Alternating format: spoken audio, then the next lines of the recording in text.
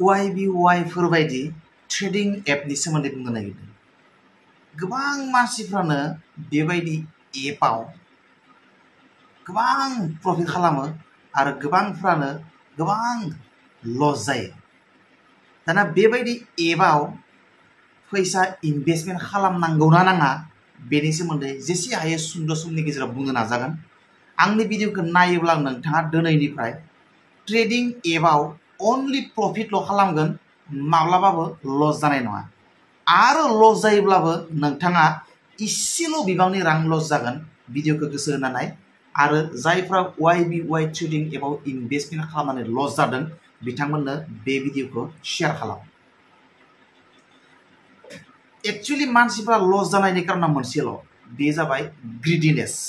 जायफ्रा बांसिन ग्रिडि बिथांमोनानो बांसिन लस जायो बेबायदि एपफ्राव। आंबो दैलि मोनसे नङा मोनसे एपआव इनभेस्ट खालामो आरो प्रफिट खालामो। आङो YBY आव इनभेस्टमेन्ट खालामाखै, मानो जाहोनखौ बुंगासिनो दङ। आरो नोंथाङाबो आंनि बायदि साननायमोनबा, साननो रोंनायमोनबा YBY मोनबायदि ट्रेडिं एपआव इनभेस्टमेन्ट खालामनाय नङामोन आरो दिनै लस जानाय नङामोन। थारमाने मा बाथ्राया, आङो बुङाखै इनभेस्टमेन्ट खालामनांगौ ना खालामनाङा, खिन्थु नोंथाङा इनभेस्टमेन्ट खालामनानैबो प्रफिट खालामनो हायो आरो लस जायोबाबो नोंथाङा इसेल' बिबांनि लस जागोन। माबायदि बुंनोसै जेनेबा गोबां मानसियानो आंखौ YBY आव हाबनो थाखाय कनभिन्स खालामदोंमोन, आंखौ बिराद हाबनो होदोंमोन, फैसाबो होदोंमोन, आंनो एसे होदेरदोंमोन, खिन्थु आं हाबाखै। आंनो फैसा होदेरलायदों, आं नोंनो एसे होदेरनि नों बेयाव जइन खालाम, आर्निं मोनो बिराद। आं हाबाखै, मानो? बेयाव रिस्कआ बांसिन। ओरैबायदि मानसिफोर दङ थारमाने साना हवा फैसा बुरजा मोननायखौल'सो नुहुरो बियो, खिन्थु लस जायोबा मा जागोन बे बुस्थुखौ साननानै नायहरा। खिन्थु बेबायदिनो माखासे एपफोर दङ, आं गोबां इनभेस्टमेन्ट खालामदों, प्रफिटबो जाबाय थायो आंना, आरो बै एपफोरा दानो थैनानै थांबाबो आंना लस जाया। लस जाबाबो एसे बिबांनि लस जागोन, जाय लसखौ आङो आरामसे सहायनानै थानो हायो। बिराद गिदिर लस नङा बियो। बेबायदि लस जानायाव आंहा जेबो खहा जाया, जेबो माने फाइनान्सियेल लस जानाय बायदि आं फिल खालामा। बेबायदि नोंथाङाबो जानो नाजा। ओंखायनो बेफोरबायदि खालामनो थाखाय नोंथाङा मा खालामनांगोन, YBY आव आं हाबैनि मोनसेल' कारना जाहैबाय, आरो नोंथाङाबो बेबायदिनो YBY नि बायदि गुबुन एपफोरनि बेलायावबो बे फर्मुलाखौनो बाहाय। YBY आव आंखौ गोबां मानसिफ्रा जइन खालामनो बुंसेयावबो, फैसा होदेरसेयावबो आं हाबाखै, खारन बेयाव हाइ रिस्क, माने 6000 होनांगौ। 6000 होनायाव आङो जेसेबां प्रफिट मोनगोन थिगानो दङ, खिन्थु बायसान्स प्रफिट मोनाब्लासिनो साननै सानथामनि उनाव थैलाङोब्ला 6000 लस जायोबा 6000 आ आंनि थाखाय बिराद गिदिर एमाउन्ट।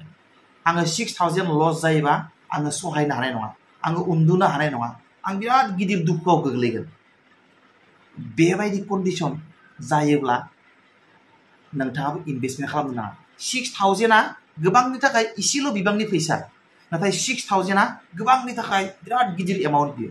आंनि थाखायनो 6000 आ बहुत गिदिर एमाउन्ट। दिनै आङो मायबा कारनाव नाङा फाङा 6000 खोमानो गोनां जायोबा आंहा बिराद दुखुआव गोलैगोन, आं सहायनो हानाय नङा, आं उन्दुनो ओंखारनाय नङा। नोंथाङाबो जुदि बेबायदिबा बेबायदि एमाउन्टखौ नोंथाङा बेबायदि आननोन एपआव मानो इनभेस्टमेन्ट खालामनांगोन? दाया नोंनिनो, दाया रावनिबो नङा। दाया सोरबा नोंखौ कनभिन्स खालामदों हाबनो थाखाय, बेनि नङा। दाया नोंहा मानसि नंगौना नङा, नोङो साननो हानाय ब्रेन दङ ना, पावार दङ ना गैया नोंहा? सोरबा नोंहा खि जानबानो खिखौ जानो, नैबे बिसखौ जानबानो बिसखौ जाना लानो, नोंहा साननो हानाय माथा दंना गैया? थानांगोन। आरो गैयाब्ला बेयो नोंनिनो दाय, लस जानाया नोंनिनो दाय। नोंनि दायनि थाखायनो, नोंनि गोरोन्थिनि थाखायनो नों दिनै लस जादों। नोंहा डाइरेक्ट नों प्रफिटखौसो नुहुरदों। गाबोन समनिया दिनै इनभेस्टमेन्ट खालामग्रोमोना जुदि गाबोननो थैनानै थाङोबा कम्पानिया, बेयाव लस जायोबा बे लसखौ जे नों सहायनो हानाय नङा, बेनि थाखाय नों माने मेन्टेलि प्रिपेयार नङा। बेनि थाखाय नों प्रिपेयार जानांगोन। आङो बेनिखायनो YBY आव हाबाखै। नोङो हाब, माबा माबि इनभेस्टमेन्ट ट्रेडिं एपफोराव नोङो हाब, आरो बे इनभेस्टमेन्ट जिथु प्लेटफर्म, बे ट्रेडिंआनो नंखाया, बेयो ट्रेडिंनि कनसेप्टआनो बेबायदि नंखाया।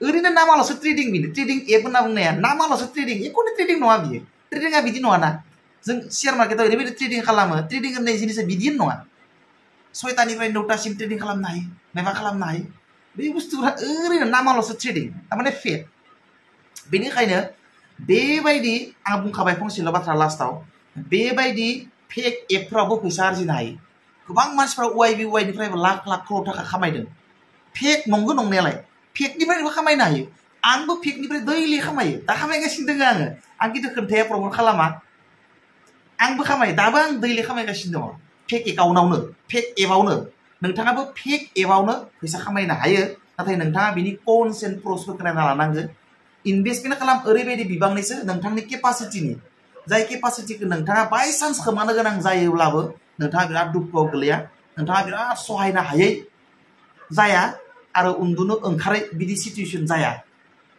नोंथाङा माबायदि एमाउन्ट गोमायोब्लाबो लस जायोब्लाबो आरामसे थानो हायो मिनि खुसि बेबायदि एमाउन्टखौसो इनभेस्टमेन्ट खालाम आरो बेनि जुदि अयथासार बिबांनि एमाउन्ट जुदि नोंथाङा अयथासार एमाउन्टनि फैसा बा रां जुदि इनभेस्टमेन्ट खालामनो गोनां जायोबा नोंथाङा बेबायदि एपखौ एभयड खालाम नाङा प्रफिटबो लानो लुबैनाङा बेबायदि एपनिफ्राय लस जायोबा बिराद दुखु जागोन ओंखायनो नोंथाङा मा खालामनांगौ मिनिमाम नोंथांनि केपासिटियाव इनभेस्टमेन्ट खालामनो हानाय बबेबाफोर प्लेटफर्म दङब्ला ट्रेडिं एप माबा माबि बिदि फेक एकाउन्टफोर दङब्ला फेक एपफोर दङबा बे एपआव मिनिमाम एमाउन्टनि इनभेस्टमेन्ट खालाम जाय मिनिमाम एमाउन्टआ लस जायोब्लाबो नोंथाङा बिराद गिदिर दुखुआव थानो गोनां जाया बिराद गिदिर दुखु जाया ओमफ्राय मा खालामनांगोन नोंथाङा हमना ला आङो हमबाय 500 थाखा इनभेस्टमेन्ट खालामनायाव नोंथाङा बिराद गिदिर लस जाया 500 थाखा गोमायोब्लाबो नोंथाङा बिराद गिदिर दुखुआव गोग्लैया बेबायदि एमाउन्ट 1000 2000 3000 माने नोंथांनि केपासिटिनि 10000बो इनभेस्टमेन्ट खालामनो हागौ नोंथाङा जुदि 10000 नोंथांनि थाखाय गिदिर एमाउन्ट नङाब्ला हमना ला 500 थाखाखौनो हमना लाबाय 500 थाखाया रावनिबो थाखाय गिदिर एमाउन्ट नंसोआ बियो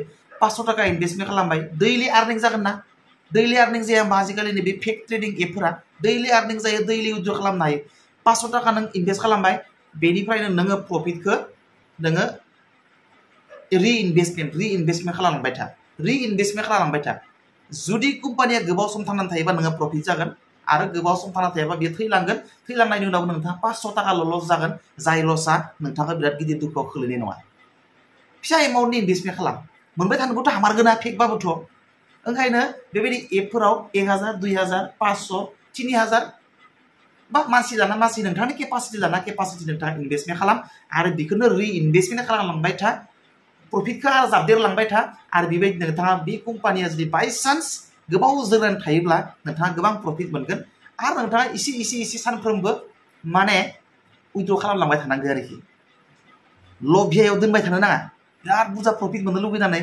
उइथड्र खालामाब्लासो दोनबाय थानो नाङा 500 थाखा दोनबाय साननैयाव 100 थाखा मोनबाय सानथामाव 200 500 थाखा मोनबाय बेखौ नोङो एसे दिहुनलायबाय प्रफिटखौ दिहुनजोबनो नाङा प्रफिटखौ 50% दिहुनलांबाय था हमना लादो नै 500 प्रफिट जाबाय 500खौबो दिहुनजोबनो नाङा मानो होनबा वालेटआ बुरजा जानांगोन ना फैसाया वालेटआव बुरजा फैसा थाबासो बुरजा इनकाम जायो नालाय बेनिखायनो वालेटनि फैसाखौ दिहुनजोबनो नाङा हमना ला नोंथाङा जेसेबां सानसेयाव प्रफिट जायो बिनि 50% बा 30% सानफ्रोमबो दिहुनलांबाय था सप्तासेयाव हमनानै ला नोंथाङा 1000 प्रफिट जायो नोंथाङा 500 उइथड्र हो 10 दिनाव हमनानै ला नोंथाङा 1000 थाखा प्रफिट जायो 500 दिहुन बेबायदि 50% उइथड्र खालामलांबाय था जाय कम्पानियाबो थैबाय नोंथाङा प्रफिटबो जाबाय नोंथाङा लसबो जादिया बेबायदि फर्मुलाखौ बाहाय बेबायदि फेक एपनिफ्राय फेक एपआवबो प्रफिट खालामनो हामारो नंगौ किन्तु बेबायदि फर्मुलायाव थां अब्लानो हागोन दा नोंथाङा बुजिबाय जानांगौ स' बेबायदि फेक आर्निं ट्रेडिं एपफोराव बेबायदि फर्मुलाखौ बाहायाब्ला नोंथाङा किन्तु